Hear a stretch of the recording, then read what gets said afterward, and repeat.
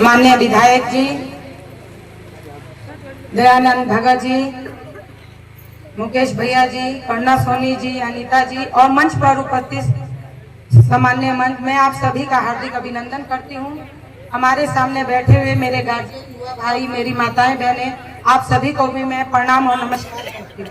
आप सभी जान रहे हैं कि हमारे विधायक जी आशीर्वाद लेने आप लोगों के बीच में पहुंचे हैं, तो मैं आप लोगों से यही कहना चाहती हूँ कि आप लोग अपना आशीर्वाद विधायक जी को दें, क्योंकि आपने लगातार देखा होगा कि इनके द्वारा कई, चाहे वो रोड हो, चाहे स्वास्थ्य केंद्र हो, चाहे स्कूल हो, चाहे आंगनबाड़ी हो, इनके द्वारा कराया गया है। लेकिन आप देख रहे हैं अन्य पार्टी के लोग आप लोगों के बीच में आ रहे हैं और बोलते हैं कि भानु जी ने क्या किया। जी तो मतलब वो लगाते ही नहीं है, वो उनका भाषा है, धनुआ ने क्या किया।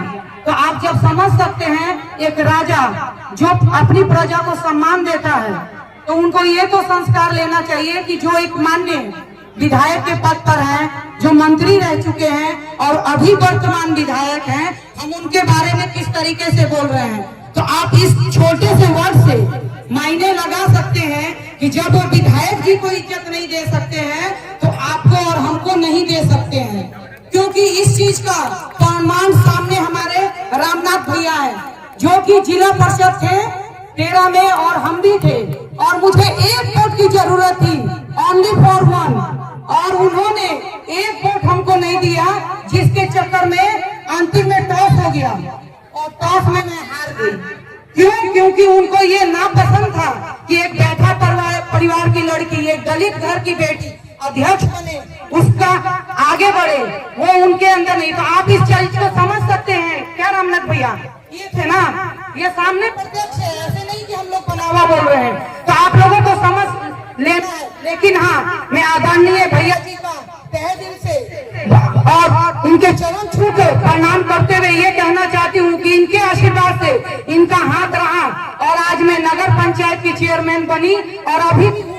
लेकिन चुनाव ये निकम्मी सरकार ने नहीं की, जिसके कारण हम लोगों का कार्यकाल पूरा हो चुका है। लेकिन मैं ये कहना चाहती हूँ कि आप लोग ध्यान दें कि किस तरीके से अपना बहुमूल्य वोट हमको कहाँ देना है। आप देख रहे होंगे कि इसी जगह छिनिया में आज मंत्री जी का प्रचार इनके द्वारा किया जा रहा है। मिथिलेश मंत्री भैया ही करीहन, मुख्यमंत्री जी करीहन। मैं आप लोगों से कहना चाहती हूँ, मंत्री जी ने क्या बोला था फेसबुक में आपने देखा होगा, किसी व्यक्ति ने शमशान घाट का मांग किया, तो वो क्या बोलते हैं कि तू मर गया कि तोरा हम शमशान घाट दे दी हूँ। मैं कहना चाहती हूँ कि छोटी छोटी बातें गौर करने वाली है कि इनके अंदर क्या मनसा है, बस केवल इनको सत्ता पाना है। आप देख रहे होंगे अभी हमारे माननीय भानु जी घूम रहे हैं, उनके तरफ से कितने आदमी घूम रहे हैं, छोटे राजा जी, दीपक बच्चा जी, मनु जी, ताहिर जी और भी कई, ताहिर के बेटा जी। तो कहना हम ये चाहते हैं, और उसके अलावा देखिए उनका गुलछर्री उड़ाना। दीपक जी के घर में बोलते हैं कि भानु जी के तो पिताजी मर गए, 20,000 वोट कम हो गया, भानु जी के भगना मर गए तो 10,000 वोट कम हो गया।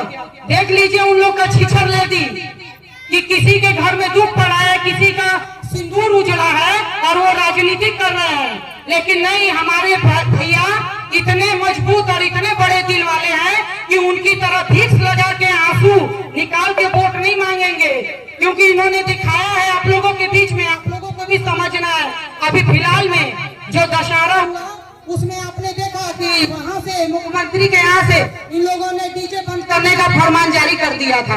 लेकिन अगर इनका सहयोग टीवी चैनल के माध्यम से, फेसबुक के माध्यम से अगर नहीं होता, तो मैं आप लोगों से पूछना चाहती हूँ, क्या भैया डीजे बजाते हैं आप?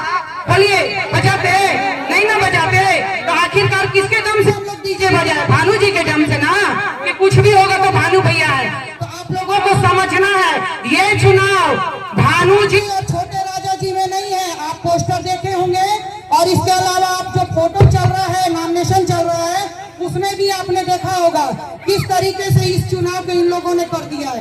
तो मैं यही कहना चाहती हूँ, क्योंकि समय का अभाव है, जोगी खड़ा बाजार में सबकी मांगे खैर, ना काहू से दोस्ती ना काहू से बैर। इसका मतलब ये हुआ कि जोगी की तरह बन के माननीय हमारे विधायक भानु प्रताप जी आपके बीच में खड़े हैं।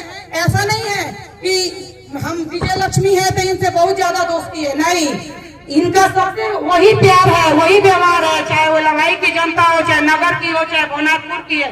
और ये जोगी की तरह खड़े होके आप लोगों के बीच में है। अब आप लोगों को तय करना है कि हमको क्या करना है, क्योंकि अगर धर्म को कोई बचा सकता है, धर्म के बारे में कोई कर सकता है, तो आप जानते हैं भारतीय जनता पार्टी ही कर सकती है।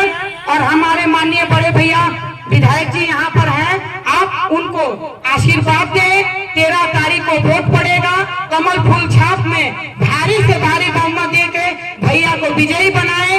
मैं सभी से यही हाथ जोड़ के विनती करती हूँ, निवेदन करती हूँ।